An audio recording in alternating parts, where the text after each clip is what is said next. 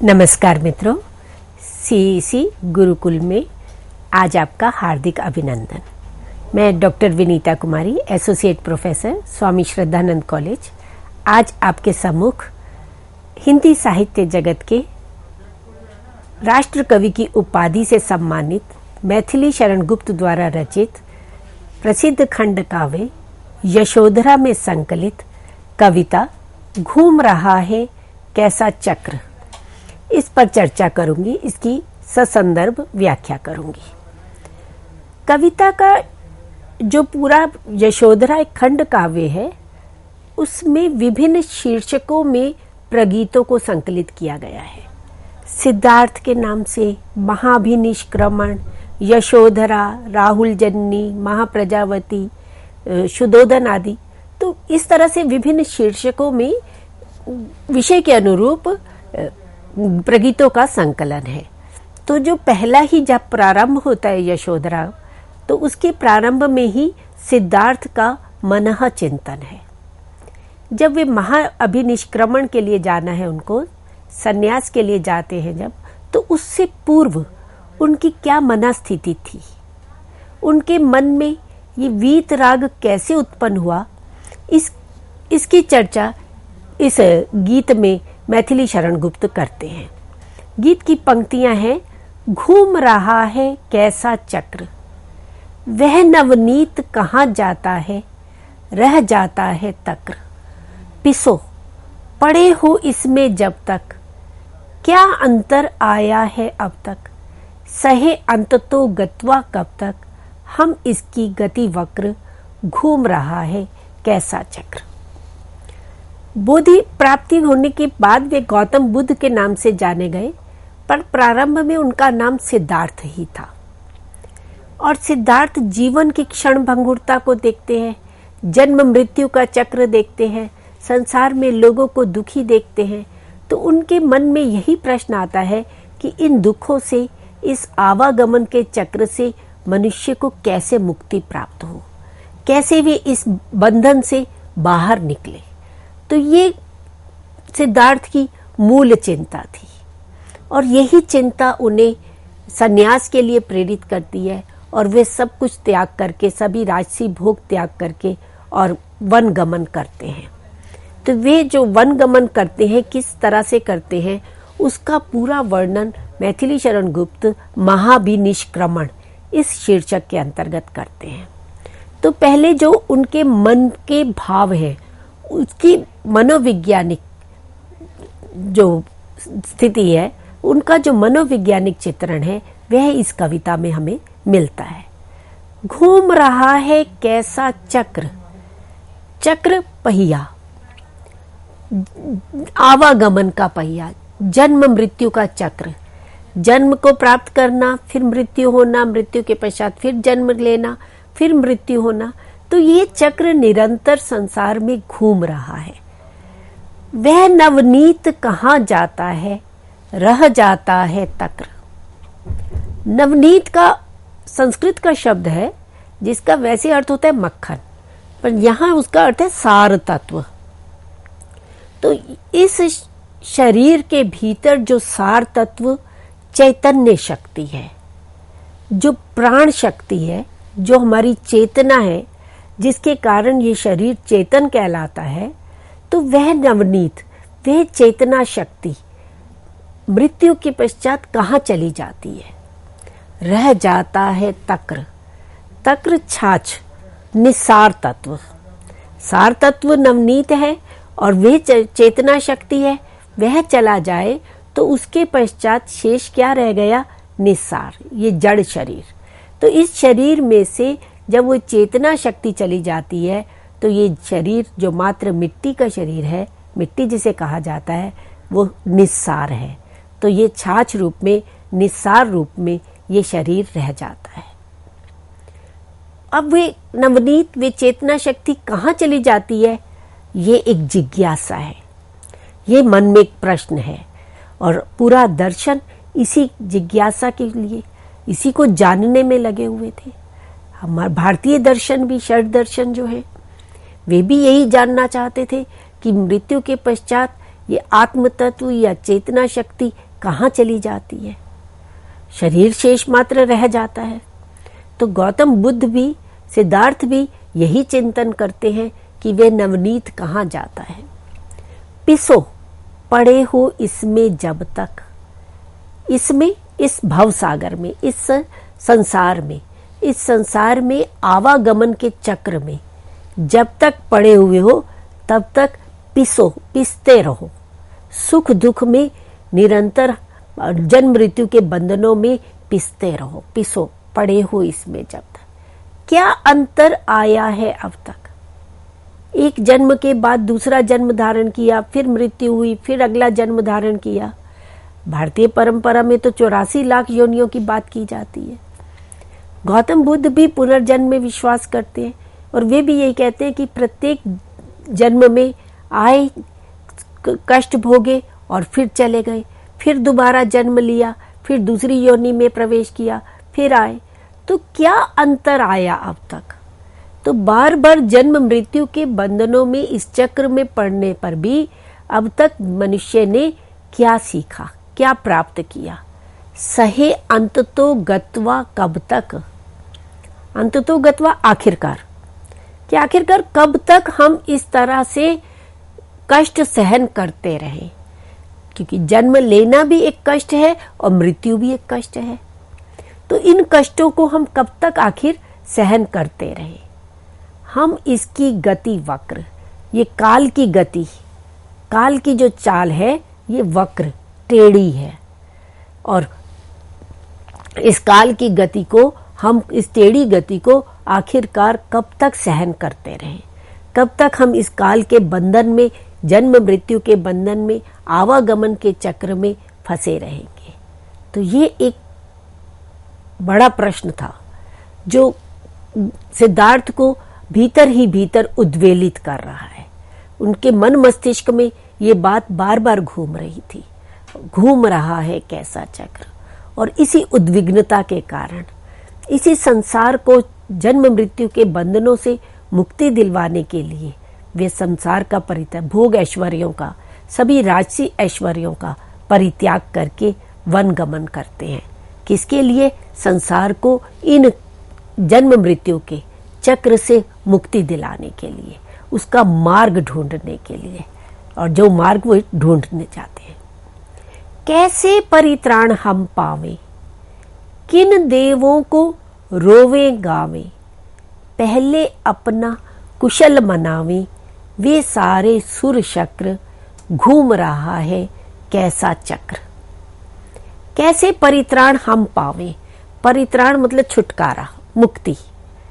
कि इस काल के चक्र से, इस आवागमन के चक्र से, इन दुखों से हम कैसे मुक्ति को प्राप्त करें, यह प्रश्न है। अब मुक्ति पाने के लिए देवी देवताओं की उपासना की जाती है, उनका स्तुति गान किया जाता है। तो किन देवों को, किन देवताओं के सामने, किस देवी देवता के सामने जाकर के रोवें, अपना कष्ट बताएं, उनके सामने जाकर के गिड़गिड़ाएं, गावें, उनकी स्तुति करें, उनको प्रसन्न करें। तो देवी देवताओं को मनाने से, उनकी स्तुति गान करने से, उनके सामने अपना दुखड़ा रोने से मुक्ति प्राप्त होने वाली नहीं है। क्योंकि वे देवता पहले अपना कुशल मनावे, वे स्वयं अपनी कुशलता तो मना ले। क्योंकि वे सभी देवी देवता भी बंधन में बंधे हुए हैं, वे भी पीड़ित हैं, वे भी कष्ट में हैं। वे सारे सुर शक्र, शक्र यहाँ इंद्र के लिए आया, देवताओं के राजा इंद्र हैं, तो उनको भी हमेशा अपनी पदवी का भय लगा रहता है कि कोई उनका सिंहासन ना छीन ले। तो देवासुर जो संग्राम है वो यही है, क्योंकि देवताओं में और असुरों में इंद्र के सिंहासन को लेकर के ही परस्पर युद्ध चलता है। तो वे सारे सुर, सारे देवता, इंद्र आदि पहले अपनी कुशलता तो मना ले, पहले स्वयं तो मुक्ति को प्राप्त कर ले, तभी तो वे मानव मात्र का कल्याण कर पाएंगे। तो घूम रहा है कैसा चक्र। तो ये आवागमन का, जन्म मृत्यु का चक्र इस संसार में कैसे घूम रहा है। बाहर से क्या, जोड़ूं जाड़ू, मैं अपना ही पल्ला झाड़ू, तब है जब वे दांत उखाड़ू, रह भव सागर नक्र, घूम रहा है कैसा चक्र। अब इस जो कष्ट है, जो दुख है, जो आवागमन का चक्र है, जन्म मृत्यु का बंधन है, ये इसको कैसे इससे मुक्त प्राप्त हुआ किया जा सकता है? बाहर से धन संपत्ति को जोड़ने से, भौतिक ऐश्वर्यों को इकट्ठा कर लेने से इससे मुक्ति प्राप्त नहीं हो सकती। मैं अपना ही पल्ला झाड़ू, कि इनसे मुक्ति तब है जब वे दांत उखाड़ू। किसके दांत उखाड़ू? भव सागर नक्र, भव संसार रूपी सागर में रहने वाले नक्र मगरमच्छ के लिए आता है कि इस संसार रूपी सागर में जो ये काल रूपी नक्र है, काल रूपी ये जो मगरमच्छ है, इसको जब मैं समूल उखाड़ दूंगा, दांत उखाड़ना मतलब मूल जड़ सहित उसको उखाड़ देना, तो जब इस काल के मैं दांतों को उखाड़ दूंगा, इसको समूल नष्ट कर दूंगा, तभी मैं इस आवागमन के चक्र से संसार को मुक्त करा सकता हूं। तो इस तरह से ये संसार जो आवागमन के चक्र में, जन्म मृत्यु के चक्र में निरंतर पिस रहा है, निरंतर दुखों को, कष्टों को झेल रहा है, हर जन्म में वे मुक्ति के लिए आता है, परंतु जैसे आता है वैसे ही चला जाता है, तो वे पिसता जा रहा है। तो इस संसार में दुखों की चक्की में पिसते हुए मनुष्य को इस आवागमन के, इस जन्म मृत्यु के बंधन से कैसे मुक्ति प्राप्त हो, ये सिद्धार्थ की चिंता का मूल कारण था। और मैथिली शरण गुप्त जी ने बड़ा मनोवैज्ञानिक चित्रण प्रस्तुत किया है। केवल सिद्धार्थ का ही ये चिंतन नहीं है, केवल उनकी समस्या नहीं थी, ये संसार के सभी प्राणियों की समस्या थी। और गुप्त जी बड़ी सरल साधारण भाषा में, जन भाषा में इस दार्शनिक सत्य को, इस दार्शनिक विचारधारा को प्रस्तुत करते हैं। मुहावरों का प्रयोग करते हैं, दांत उखाड़ू, पल्ला झाड़ू, इन मुहावरों का प्रयोग करते हैं, रूपक अलंकार का प्रयोग करते हैं, भव सागर नक्र, और प्रतीकात्मक शैली का प्रयोग करते हैं।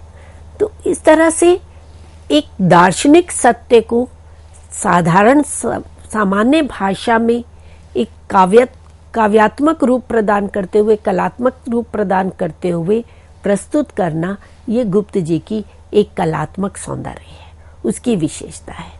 तो इस तरह से यशोधरा जो खंड काव्य है, उसका प्रारंभ ही सिद्धार्थ के इस मना चिंतन से होता है। इसके पश्चात सिद्धार्थ का ही मना चिंतन आगे प्रस्तुत करते हैं।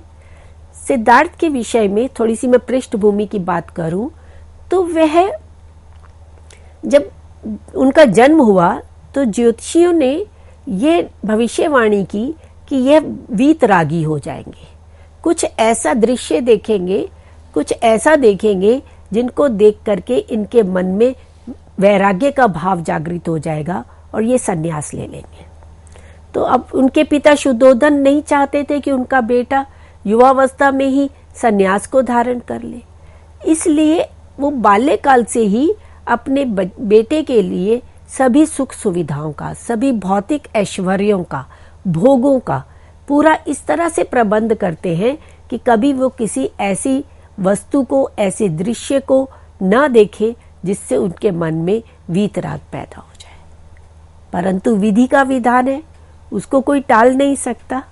तो वे मृत व्यक्ति को देखते हैं, एक वृद्ध व्यक्ति को देखते हैं, रोगी व्यक्ति को देखते हैं, तो उनके मन में जीवन की क्षणभंगुरता, संसार की नश्वरता का भाव, वीतराग जागृत होता है। तो ऐसे ही वे एक वृद्ध व्यक्ति को देखते हैं, ऐसे व्यक्ति को देखते हैं जिसके बाल पक चुके हैं, जिसके शरीर कांप रहा है, हाथ में डंडा पकड़े हुए हैं, और उससे पहले उन्होंने कभी किसी वृद्ध व्यक्ति को देखा ही नहीं था। तो उसको देखते हैं तो देखते ही उनके मन में भाव जागृत हो जाता है कि क्या मेरी यशोधरा, मेरी पत्नी जो इतनी सुंदर है, वे भी ऐसे ही हो जाएगी? क्या मैं भी ऐसे हो जाऊंगा? क्या मेरे माता पिता भी ऐसे ही हो जाएंगे? तो ये बात वे अपने सारथी से पूछता है। नगर भ्रमण के लिए निकला था और वहां उस वृद्ध व्यक्ति को देखा तो देखते ही मन में भाव जागृत हुआ, तो उन्होंने जिज्ञासा सारथी के सामने रखी। तो सारथी ने भी यही कहा कि हाँ, सभी को इस अवस्था में आना ही होता है, सब इस अवस्था को प्राप्त करते ही हैं। तो ये जरा को, वृद्धावस्था को देख करके सिद्धार्थ के मन में वीत राग उत्पन्न होता है और उसकी उसी मना स्थिति का वर्णन गुप्त जी इस गीत में करते हैं। पंक्ति शीर्षक है देखी मैंने आज जरा। जरा मतलब वृद्धावस्था। वृद्ध व्यक्ति को उन्होंने देखा, तो सिद्धार्थ ने उस वृद्ध व्यक्ति को देखा, तो देखने के बाद उनकी क्या मना स्थिति हुई उसका वर्णन इस कविता में है। तो देखी मैंने आज जरा, आज मैंने वृद्धावस्था को प्रत्यक्ष अपनी आंखों से देखा। हो जावेगी क्या ऐसी ही मेरी यशोधरा, हाय मिलेगा मिट्टी में वह वर्ण सुवर्ण खरा, सूख जाएगा मेरा उपवन जो है आज हरा। तो यहां वो कहते हैं कि मेरी यशोधरा, अपनी पत्नी से बहुत प्रेम करते थे। यशोधरा बहुत सुंदर थी और वे उसके प्रति इतना स्नेह, इतना लगाव था, तो उनको लगता है कि मेरी यशोधरा, क्या वह भी ऐसी ही हो जाएगी? क्या वे भी इसी वृद्धावस्था को प्राप्त हो जाएगी? हाय, ये शोक सूचक शब्द है कि मिलेगा मिट्टी में वह वर्ण सुवर्ण खरा। उसका वे वर्ण, रंग जो कैसा है? सुवर्ण, सोने जैसा दीप्ति से युक्त है। वह यशोधरा जिसका वर्ण स्वर्ण के समान प्रदीप्त है, दीप्ति से युक्त है, खरा, शुद्ध सोने के जैसे। तो वह शरीर जिसके प्रति मैं इतना प्रेम करता हूं, क्या वे मिट्टी में मिल जाएगा? तो ये भाव, ये एक उद्विग्नता मन में जागृत होती है।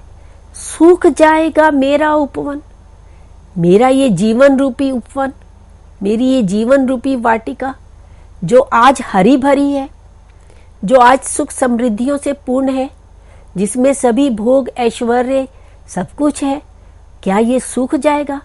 क्या ये मुरझा जाएगा?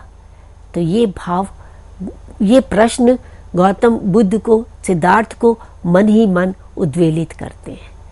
उनके भीतर अनेक प्रश्नों की एक बाढ़ सी आ गई है और इसलिए देखिए हर पंक्ति के पीछे प्रश्न चिन्ह लगा हुआ है कि वे प्रश्न चिन्ह उनके मन के भाव को द्योतित कर रहा है। मन में जो एक प्रश्नों की एक बाढ़ सी आ गई जो उनके मन को उद्वेलित कर रही है, पर पीड़ित कर रही है, तो वे बार बार यही पूछते हैं कि मेरा ये उपवन, मेरा ये शरीर जो आज समृद्ध है, आज हरा भरा है, क्या ये भी मुरझा जाएगा? मेरी यशोधरा, क्या वह भी इस अवस्था को प्राप्त हो जाएगी? सौ रोग खड़े हो सम्मुख, पशु ज्यों बांध परा, धिक जो मेरे रहते मेरा चेतन जाए चरा। रिक्त मात्र है क्या सब भीतर, बाहर भरा भरा, कुछ ना किया यह सूना भाव भी यदि मैंने न तरा। अब रोगी व्यक्ति को देखा था तब भी मन में यही भाव आया कि मनुष्य कैसे सुखी रह सकता है, कैसे आनंद में रह सकता है जब सौ रोग उसके सम्मुख, उसके सामने खड़े हुए हैं। जैसे किसी पशु को बांध करके खड़ा कर दिया गया हो, पशु जो बांध पड़ा। तो अब जिस पशु को बांध दिया जाता है वे पशु कैसा हो जाता है? निर्बल हो जाता है, परतंत्र हो जाता है। तो मनुष्य की, जीव की भी, प्राणी मात्र की भी यही स्थिति है कि सौ रोग उसको घेरे हुए हैं और वे उन रोगों के सम्मुख विवश है, वे उनके आगे परतंत्र है, वे चाह करके भी उनसे निकल नहीं पा सकता। धिक, फिर वही पहले हाय शब्द का प्रयोग किया, अब यहाँ धिक शब्द का प्रयोग करते हैं। धिक्कार है। किसको धिक्कार है? जो मेरे रहते मेरा चेतन जाए चरा, कि मेरे सजग रहते हुए भी मुझ में सामर्थ्य है कि मैं अपने इस चेतन को, अपनी इस चेतना शक्ति को, अपनी इस प्राण शक्ति को मुक्ति प्रदान करूं, उसके लिए उपाय करूं। तो मेरे सजग रहते हुए भी, मेरे में सामर्थ्य होते हुए भी, अगर मेरा ये चेतन, अगर मेरी ये चेतना शक्ति, अगर ये मेरी प्राण शक्ति चली जाती है, तो ये मेरे लिए धिक्कार है। मेरा ये जीवन मेरे लिए धिक्कार है कि जैसे आया वैसे ही अगर चला जाता हूं, तो ये बार बार आवागमन का जो चक्र है ये निरंतर चलता रहेगा। जो पिछले गीत में हमने पढ़ा, घूम रहा है कैसा चक्र।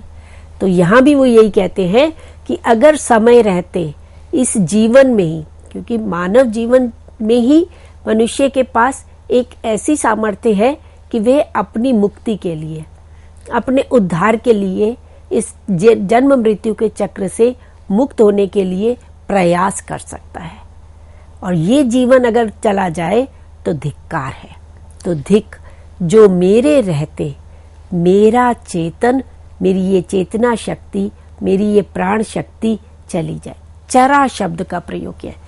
पशु जैसे चर जाते हैं, बिल्कुल समाप्त हो जाएगा, तो ऐसे ही मेरी ये जो आत्म तत्व है, मेरी ये चेतना शक्ति है, वो चली जाएगी।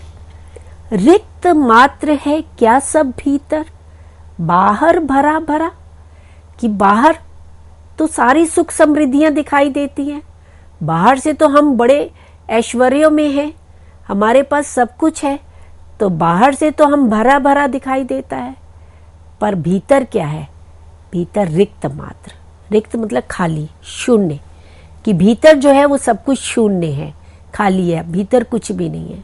तो ये जितने भी माया है, मोह है, आकर्षण है, ये सब बाहरी दिखावा मात्र है। जितनी भी भौतिक सुख समृद्धियां हैं, जितने भी ऐश्वर्य हैं, ये सब बाहर के दिखावा है। तो उनसे जो आत्म तत्व है, जो चेतना शक्ति है, उसको कुछ नहीं मिलने वाला। तो भीतर तो रिक्तता है, भीतर तो शून्यता है, भीतर खालीपन है। कुछ ना किया ये सूना भाव भी यदि मैंने न तरा। इसी सूना भाव, शून्य भाव, भाव मतलब संसार, सूना शून्य, खाली। तो ये संसार कैसा है? शून्य है, क्योंकि जीवन क्षण भंगुर है, संसार भी नश्वर है, संसार मिथ्या है। शंकराचार्य ने भी यही कहा, ब्रह्म सत्यम जगत मिथ्या, जगत को नश्वर मिथ्या माना। और सिद्धार्थ भी जब बाद में बोधि तत्व को प्राप्त करते हैं, बुद्धत्व को प्राप्त करते हैं, तो वे भी शून्यवाद की चर्चा करते हैं। उनका दर्शन शून्य दर्शन कहलाता है, कि ये जीवन, ये संसार, ये शून्य है।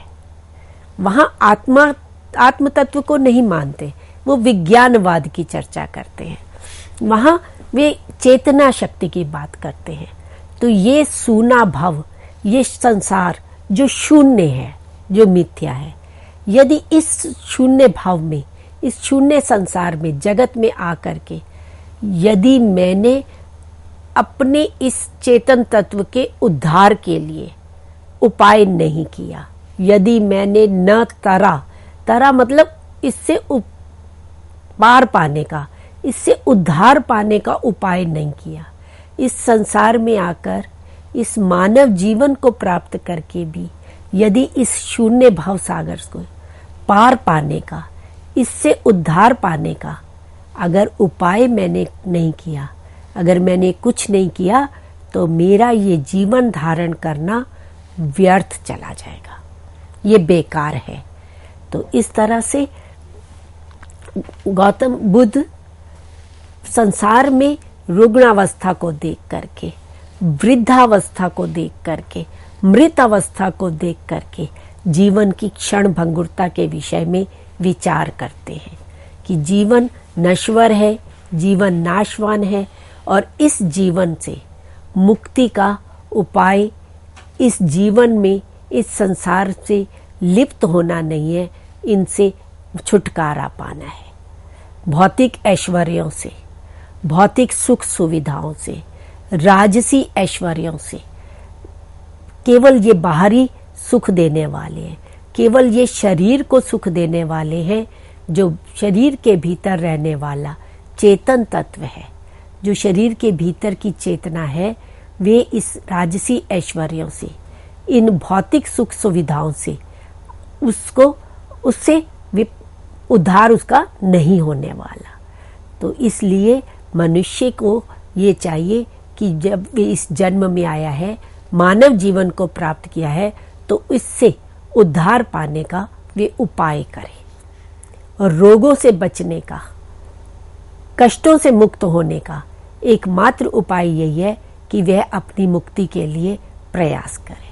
और इसके लिए फिर गौतम बुद्ध, सिद्धार्थ जब महाभिनिष्क्रमण करते हैं, वन जाते हैं, कठिन साधना करते हैं, अपने शरीर को बहुत कष्ट देते हैं और बहुत कष्ट देने के पश्चात जब एक स्थिति ऐसी आती है कि वे मूर्छित होकर के गिर जाते हैं, उन्हें अपने होश भी नहीं रहता है, और उस समय एक स्त्री सुजाता जिसका नाम है, जो खीर लेकर के आती है और इनको भी खीर खिलाती है, और जिससे इनके अंदर एक ऊर्जा का संचार होता है। और फिर वहीं वृक्ष के नीचे बैठे हुए इनको आत्मिक ज्ञान प्राप्त होता है, और वही ज्ञान, वही जिस वृक्ष के नीचे उनको प्राप्त होता है, वे वृक्ष बोधि वृक्ष कहलाता है, और वे ज्ञान जो है वो बोधि कहलाता है। और तब सिद्धार्थ बुद्ध के नाम से जाने जाते हैं, गौतम बुद्ध के नाम से जाने जाते हैं। और उस समय फिर भी ये कहते हैं, क्योंकि उनका जो प्रारंभिक जीवन रहा वे भौतिक सुख सुविधाओं से पूर्ण रहा, पूरे राजसी ऐश्वर्यों से युक्त रहा, और जब मन में वीतराग उत्पन्न होता है, जब मन में निवृत्ति का भाव आता है, तो वे सब कुछ त्याग करके अपने तपस में चले जाते हैं, और उस समय अपने शरीर को इतना अधिक कष्ट देते हैं कि शरीर क्षीण हो जाता है। तो जिस तत्व की तलाश में वे गए थे, जिस सिद्धि की तलाश में वे गए थे, वे भी प्राप्त नहीं हो पाती है। तो तब वह मध्यम मार्ग की स्थापना करते हैं कि अति जो है हर वस्तु की बुरी है, अत्यधिक भोग वासना में लिप्त होना भी बुरा है, और अत्यधिक शरीर को कष्ट देना भी बुरा है। तो इसलिए सम्यक की बात करते हैं हर वस्तु में, हर वस्तु स्थिति में। इसलिए वो 4 आर्य सत्यों की सिद्धांत देते हैं।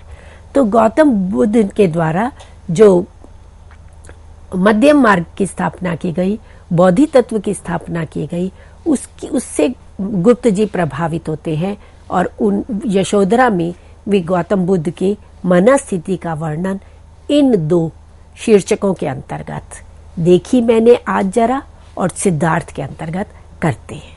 इसके पश्चात तीसरा जो भाग है, शीर्षक है, वो महाभिनिष्क्रमण है, जब वो वन गमन करते हैं, वन के लिए चले जाते हैं। तो इस तरह से मित्रों, आज हमने आपके पाठ्यक्रम में निर्धारित 2 कविताएं, घूम रहा है कैसा चक्र और देखी मैंने आज जरा, इस पर चर्चा की, इसकी व्याख्या की। आज की चर्चा हम यहीं समाप्त करते हैं। नए विषय के साथ पुनः आपके समक्ष प्रस्तुत होंगे, नई कविता के साथ। धन्यवाद।